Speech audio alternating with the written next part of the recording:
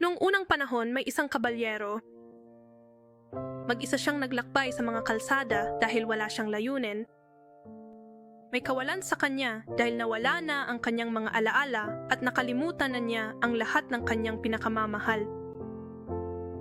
Bakit ako inilagay dito? Ano ang aking layunin?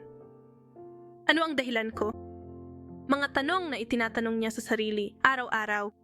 Nang makatagpo siya ng liwanag, isang nagniningning na liwanag, isang reynang paglilingkuran, isang guild na maaasahan at isang kaibig-ibig na kasama.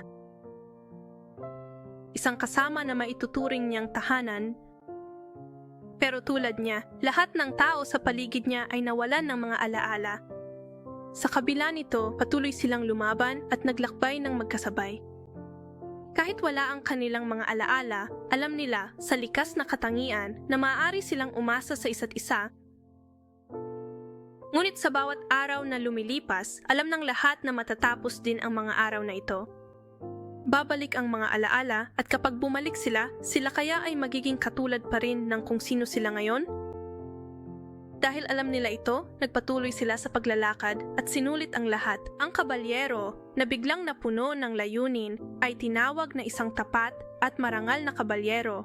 Ngunit ang kabalyero ay naguguluhan sapagkat sa loob niya ay naroon ang pagkamakasarili. Hiniling niya na sana'y wala nang bumalik na alaala upang patuloy siyang mabuhay sa mga mapayapang araw na ito. Ngunit, sayang, pinananatili niya ang kanyang mga paniniwala sa kanyang puso at magpapatuloy siya ng may mataas na ulo. Dahil alam niyang ang isang makasariling kahilingan na tulad niya ay hindi kailanman magiging totoo.